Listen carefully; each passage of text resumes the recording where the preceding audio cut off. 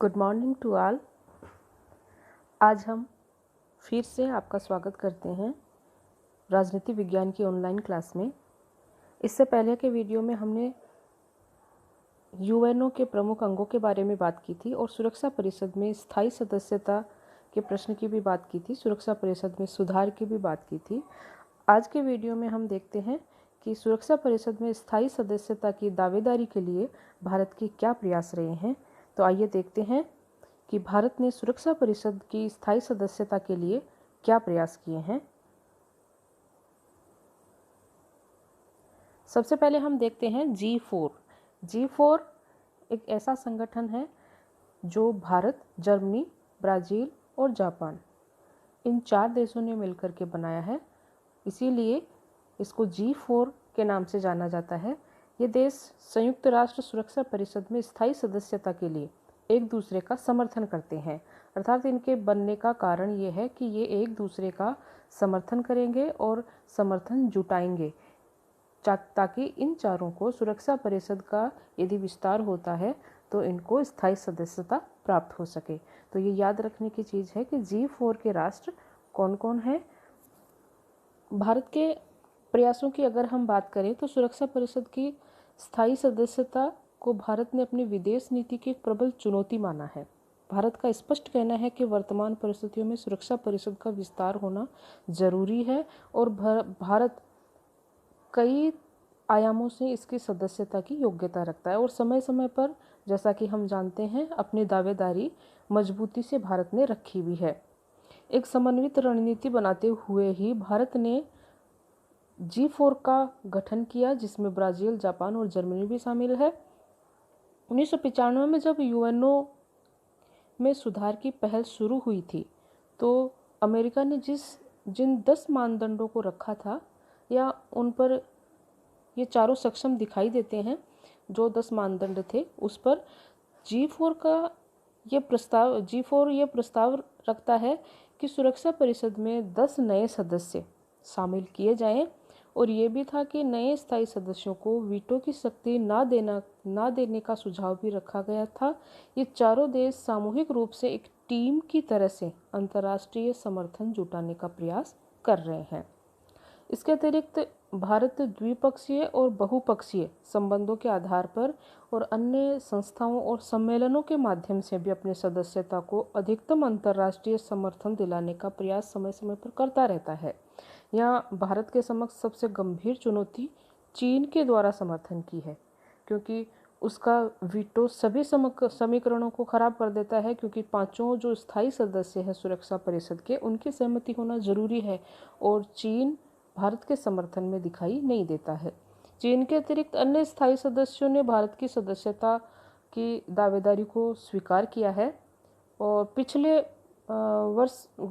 पिछले कई वर्षों से चीन ने इस पर अपना नकारात्मक रुख दिखाया है, चाहे वो पाकिस्तान को लेकर के हो या आतंकवाद के मुद्दे को लेकर के हो। सीमा विवाद भी चीन के साथ यदा-कदा उठते रहते हैं, जिसकी वजह से भारत के सामने सबसे बड़ी चुनौती चीन की आ रही है। ये भी हम जानते हैं कि भारत लंबे समय से इसमें पुनर्गठन का प्रश्न उठाता रहा है।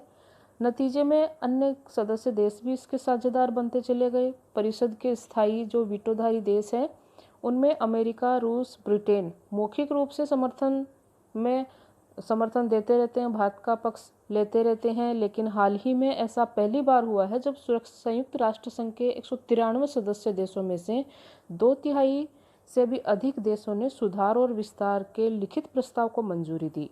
इसके चलते अब ये प्रस्ताव संयुक्त राष्ट्र संघ के एजेंडे का एक अहम मुद्दा बन गया है। नतीजतन अब मामला परिषद में सुधार की मांग करने वाले भारत जैसे कुछ देशों का मुद्दा नहीं रह गया है, बल्कि महासभा के सदस्य देशों की सामूहिक कार्यसूची का एक अनुत्तरित प्रश्न बन गया है, जिसका देर सवेर हल निकालना ही आवश्यक है। सुरक्षा परिषद में स्थायी सदस्यता के लिए मांग को औपचारिक विचार विमर्श के लिए संयुक्त राष्ट्र महासभा ने एक सर्वसम्मति से प्रस्ताव मंजूर किया है, जिससे भारत, जापान, जर्मनी, ब्राज़ील ने सुरक्षा परिषद की स्थायी सदस्यता के लिए मुहिम और तेज कर दी है। हमारे प्रधानमंत्री नरेंद्र मोदी ने भारत की सदस्यता दिए जाने की प्रक्रिया की वार्ता को दस्तावेज आधारित बनाने के साथ साथ इसे समय सीमा में पूरी करने की वकालत भी की है, क्योंकि 2005 में हुए वैश्विक सम्मेलन के बाद से इस दिशा में कोई ठोस प्रगति हुई नहीं है। ये इसलिए भी ज़रूरी है क्योंकि हाल के वर्षों में वैश्विक संघर्ष और संकट को देखते हुए ऐसा किया जाना पहले से ज़्यादा ज़रूरी हो गया है। इस नाते सुरक्षा परिषद में सुधार की उम्मीद बढ़ गई है। तय है ये परिघटना भारत के लिए बड़ी कूटनीतिक उपलब्धि होगी यदि भारत को स्थायी सदस्यता मिलती है। यदि परिषद में बदलाव की खिड़कियां खुलती हैं तो भारत सहित कुछ अन्य देशों को सुरक्षा परिषद में स्थायी सदस्यता मिल सकती है, क्योंकि आज की जो वैश्विक भू राजनीति है उसका स्वरूप बदला है। विकासशील देशों की भूमिका भी बढ़ी है। इसीलिए भारत और ब्राज़ील जैसे विकासशील देशों की भूमिका सुरक्षा परिषद में बढ़ाने की मांग की जा रही है। इसके अतिरिक्त कई अंतर सरकारी वार्ताओं ने संयुक्त राष्ट्र संघ के चार्टर में और महासभा के नियमों और प्रक्रियाओं के तहत प्रक्रियाओं में भी बदलाव की बात की है। G4 के सदस्य देशों ने कहा है कि संयुक्त राष्ट्र में सुधार संबंधी निर्णय संयुक्त राष्ट्र महासभा में 2/3 के बहुमत से होना चाहिए, जैसा कि ये अंतर सरकारी वार्ताओं के वर्ष 1998 के एक प्रस्ताव में उल्लेखित है। G4 के देशों ने वर्ष 2020 में संयुक्त राष्ट्र की 75वीं वर्षगांठ इस साल मना रहा है संयुक्त राष्ट्र संघ। इसमें संरचनात्मक सुधार किए जाने की मांग करके अपनी प्रतिबद्धता व्यक्त की है। G4 देशों का सम्मेलन हुआ था फरवरी 2020 में, और इस सम्मेलन में इसने अपनी जो दावेदारी है उसको जोर शोर तरीके से इन्होंने उठाई है, और जो ढिलमुल रवैया सुरक्षा परिषद में सुधार के मुद्दे का चल रहा है उसके विरुद्ध अपनी आवाज़ बुलंद की है इन देशों ने। सुरक्षा परिषद की स्थायी सदस्यता और G4 और कॉफ़ी क्लब, इनके बारे में हम जानते हैं कि ये क्या है। G4 के बारे में हम जान चुके हैं कि एक ऐसा गुट है, ऐसा समूह है जो एक दूसरे 4 देशों का समूह है जो एक दूसरे का समर्थन करते हैं सुरक्षा परिषद में स्थायी सदस्यता के मामले पर और अंतर्राष्ट्रीय समर्थन जुटाने का प्रयास करते हैं। सुरक्षा परिषद में सुधार की मांग इस संगठन के द्वारा जोर शोर से उठाई जाती है। महासभा द्वारा इसके लिखित मसौदे पर विचार विमर्श का प्रस्ताव भी पारित किया गया है कि महासभा में इस विषय पर लिखित मसौदे के आधार पर विचार विमर्श हो रहा है, लेकिन सच्चाई ये है कि महासभा के बाहर सुरक्षा परिषद के सुधार के संबंध में वर्तमान स्थायी सदस्यों ने अपनी सहमति तो व्यक्त की है, लेकिन इन्होंने अभी तक महासभा में लिखित रूप में अपनी सहमति व्यक्त नहीं की है। अब महासभा के मसौदे पर इन देशों को अपनी स्थिति स्पष्ट करनी ही चाहिए। वर्तमान में भारत के अलावा जो 3 देश हैं, इसमें ब्राज़ील, जापान और जर्मनी, इन्होंने सुरक्षा परिषद की स्थायी सदस्यता के दावेदारी प्रस्तुत की है। साथ ही इन चारों ने अपनी दावेदारी को प्रभावी तरीके से उठाने के लिए अंतर्राष्ट्रीय समर्थन जुटाने का भी प्रयास किया है। भारत के प्रधानमंत्री ने 26 सितंबर 2015 को न्यूयॉर्क में इन 4 देशों का शिखर सम्मेलन आहूत किया था। इस शिखर सम्मेलन के अंत में एक प्रस्ताव पारित किया जिसमें इस बात पर जोर दिया गया था कि सुरक्षा परिषद की स्थायी सदस्य का निर्धारण 70 वर्ष पूर्व किया गया था, लेकिन तब से लेकर आज तक विश्व की सामरिक, आर्थिक, राजनीतिक और कई परिस्थितियों में व्यापक परिवर्तन आ चुका है, जिसका तात्पर्य यह है कि आज विश्व में नई शक्तियां अस्तित्व में आ गई है। उनकी भागीदारी के बिना सुरक्षा परिषद को प्रभावी नहीं माना जा सकता। उदाहरण के लिए हम देखें तो जर्मनी यूरोप की सबसे बड़ी अर्थव्यवस्था है, लेकिन वह सुरक्षा परिषद का स्थायी सदस्य नहीं है, जबकि ब्रिटेन और फ्रांस सुरक्षा परिषद के स्थायी सदस्य हैं, जबकि वो हर दृष्टिकोण से जर्मनी से आज पीछे हैं। इसका परिणाम यह है कि सुरक्षा परिषद 21वीं शताब्दी की चुनौतियों का सामना करने में प्रभावी सिद्ध नहीं हो पा रही है। प्रस्ताव में ये भी कहा गया कि ये चारों देश विश्व शांति और सुरक्षा में अधिक जिम्मेदारी उठाने के लिए इच्छुक भी हैं, सहमत भी हैं, और चारों देश ने इस बात पर खेद व्यक्त किया है कि 2005 के वैश्विक शिखर सम्मेलन के बाद सुरक्षा परिषद में सुधार की दिशा में कोई प्रगति नहीं हुई है। इसलिए इस शिखर सम्मेलन के प्रस्तावों में मांग की गई कि सुरक्षा परिषद में सुधारों को समयबद्ध तरीके से लागू किया जाए। जहां तक भारत की स्थायी सदस्यता का प्रश्न है, वर्तमान स्थायी सदस्यों में चीन को छोड़कर सभी ने अपनी सहमति व्यक्त कर दी है। चीन ये तो कहता है कि वह वैश्विक मामलों में भारत की बढ़ी हुई भूमिका का पक्षधर है, लेकिन उसने कभी भी भारत की स्थायी सदस्यता को स्पष्ट रूप से समर्थन नहीं दिया।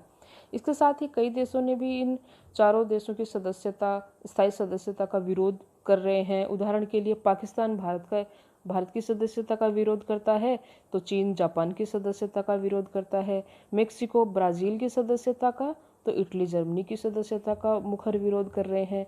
दूसरी तरफ सुरक्षा परिषद के वर्तमान स्थायी सदस्य इस मामले में दृढ़ता का परिचय नहीं दे रहे हैं। इन परिस्थितियों के आलोक में अगर देखा जाए तो इन चारों देशों को सुरक्षा परिषद की स्थायी सदस्यता मिल पाना आज भी एक टेढ़ी खीर है। कॉफ़ी क्लब की हम बात करें कि ये कॉफ़ी क्लब क्या है, G4 के बारे में हम जानते हैं कि ये स्थायी सदस्यता प्राप्त करने के लिए 4 देशों का एक समूह है जो एक दूसरे का समर्थन करते हैं और अंतर्राष्ट्रीय समर्थन जुटाते हैं। लेकिन कॉफ़ी क्लब क्या है? स्थायी सदस्यता के विस्तार में एक UFC uniting for consensus UFC ये विरोधी देश हैं, G4 के विरोधी देश हैं।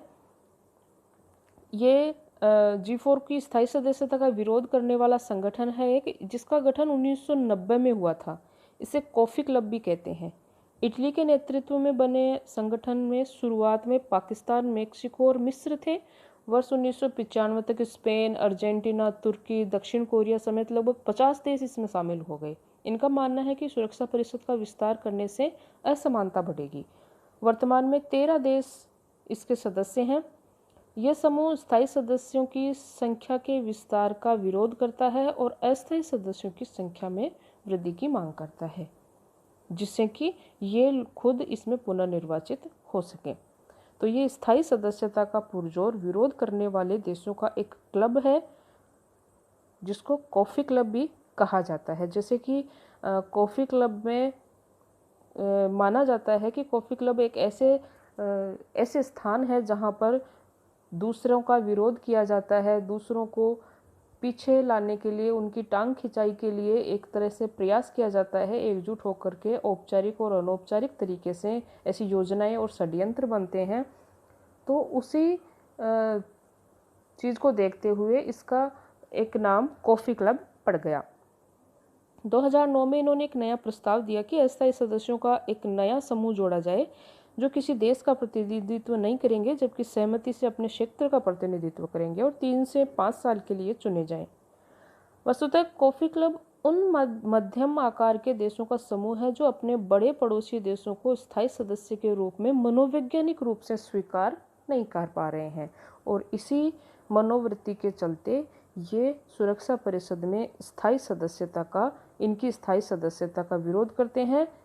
न केवल इनकी सदस्यता का, बल्कि सुरक्षा परिषद में स्थायी सदस्यों की संख्या की बढ़ोतरी का ही विरोध करते हैं, क्योंकि इनको पता है कि इनको तो सदस्यता मिलेगी नहीं, बड़े जो 4 देश हैं उनको सदस्यता मिलेगी, इसलिए स्थायी सदस्यता के विस्तार का ही विरोध कर देते हैं। इसके अलावा एक और बात करेंगे हम, ब्लू रिबन अंतर्राष्ट्रीय समिति।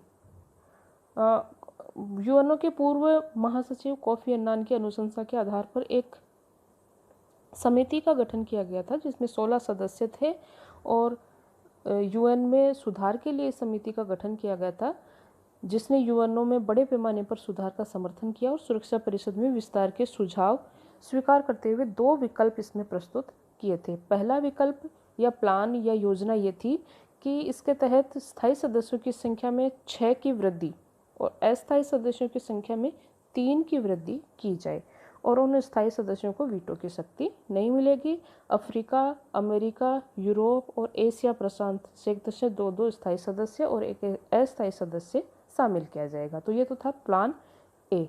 प्लान बी के अंतर्गत इस समिति ने यह सुझाव दिया था कि 8 सदस्यों को 4-4 साल के लिए निर्वाचित करने की अनुशंसा इसमें की गई, जो पुनर्निर्वाचित भी हो सकेंगे। जो स्थायी सदस्यों की जो मात्रा है वो मात्र 1 की वृद्धि उसमें की जाए। इस तरह सुरक्षा परिषद के सदस्यों की कुल संख्या दोनों ही योजनाओं में 24 रखने की अनुशंसा की गई थी, और एक नए स्थायी सदस्य हैं उनको वीटो की पावर न दी जाए। ये सुझाव दोनों ही प्लान में था। इस समिति का मानना है कि वीटो के अधिकार में पुराने सदस्यों में भी कमी आनी चाहिए और शक्ति का विस्तार करना अतार्किक होगा। यानी ये वीटो की पावर का विस्तार नहीं करना चाहते, बल्कि नए सदस्यों के लिए वीटो पूरी तरह से ख़त्म करना चाहते हैं और पुराने सदस्यों की वीटो की पावर में भी कमी करना चाहते हैं। तो ये एक तरह से भारत के बहुत सारे प्रयास रहे हैं ताकि भारत को स्थायी सदस्यता मिले, और समय समय पर वैश्विक मंचों के माध्यम से भारत अपनी ये मांग उठाता रहता है। लेकिन जो 5 स्थायी सदस्य हैं उनके रवैये को देखते हुए और जो विरोधी देश हैं कॉफ़ी क्लब जैसे, उनके रवैयों को देखते हुए आज भी ये लगता है कि सुरक्षा परिषद में सुधार या उनके स्थायी सदस्यों में बढ़ोतरी की जो बात है वो अभी निकट भविष्य में संभव नहीं लगती। अगले वीडियो में हम देखेंगे निशस्त्रीकरण और निशस्त्रीकरण के प्रयास, भारत के उसमें क्या प्रयास रहे, कौन कौन सी संधियां हुई। तो तब तक के लिए हैव ए गुड डे।